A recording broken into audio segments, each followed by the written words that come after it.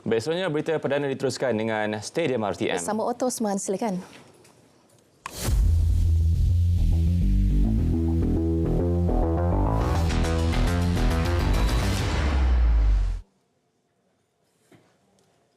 Atlet olahraga yang gagal ujian doping Februari lalu belum menjawab surat tunjuk sebab kepada agensi anti-doping Malaysia ADAMAS.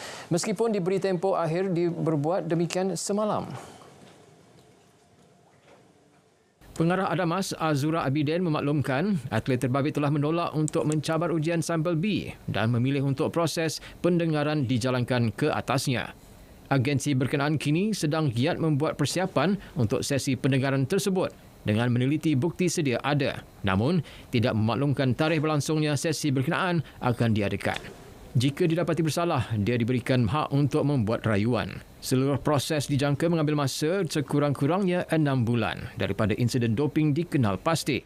Selain keputusan kes itu bakal dikemas kini dalam sistem yang boleh diakses agensi anti-doping dunia WADA. Sebanyak 32 negara akan menyertai Tamasya Karate Asia ke-19 yang akan berlangsung di Pusat Perdagangan Melaka MITC Melaka pada 21 hingga 23 Julai ini.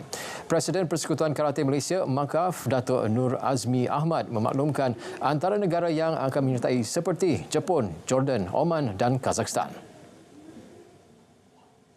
Menurutnya, Malaysia bakal menghantar 22 atlet yang akan bertanding dalam 17 kategori membabitkan acara kata dan komite.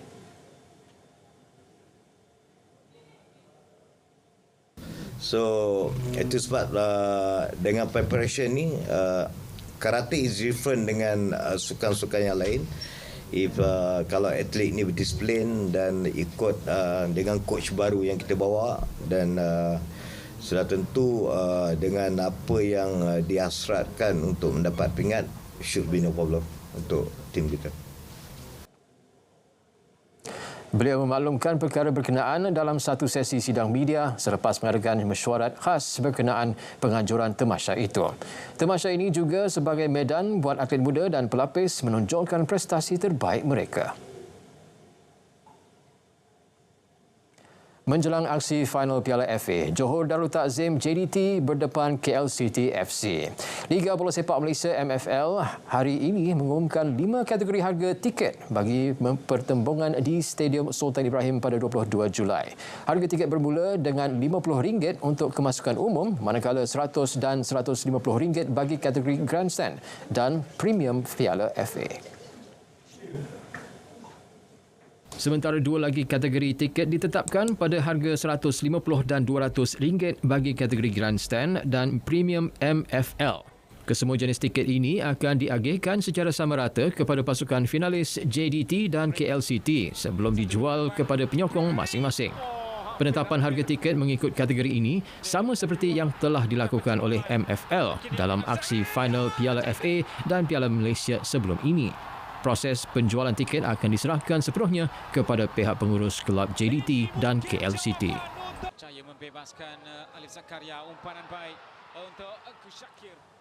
Perak FC memperkuatkan jentera serangan dengan membawa masuk penyerang import berusia 30 tahun dari Serbia, Luka Milonovic. Menerusi kenyataan di media sosial, Perak FC memaklumkan penyerang itu pernah beraksi di Liga Malaysia bersama pasukan Melaka United dan Sabah FC pada 2019. Sepanjang penampilan bersama dua kelab berkenaan, dia berjaya menjaringkan 10 gol dalam 21 penampilan. Jelas Milonovic ini merupakan peluang terbaik membuktikan kredibilitinya selaku antara penyerang asing terbaik di Malaysia.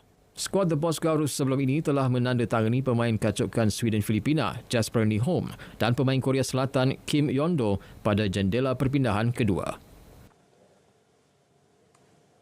Sementara itu, Kelantan United KUFC fokus memperkuat benteng pertahanan dengan membawa masuk pemain import dari Croatia Dominik Balic. Khidmat Balic ditagih bagi menambah baik barisan pertahanan yang setakat ini bolos sebanyak 39 kali. Pengarah eksekutif KUFC Wan Muhammad Zul Ikram Wan Abdul Aziz memaklumkan pemain itu menandatangani kontrak bersama pasukan sehingga hujung musim. Dominic balik sebelum ini beraksi bersama klub di negaranya iaitu NK Dugopulye yang beraksi di Division 2. Dengan ketinggian 190 cm, pemain berusia 27 tahun itu berkeupayaan beraksi di posisi pertahanan tengah. Wan Muhammad Zul Ikram berharap kehadiran pemain itu dapat memperbaiki kelemahan terutama di benteng pertahanan sekaligus mengubah kedudukan pasukan dalam carta liga.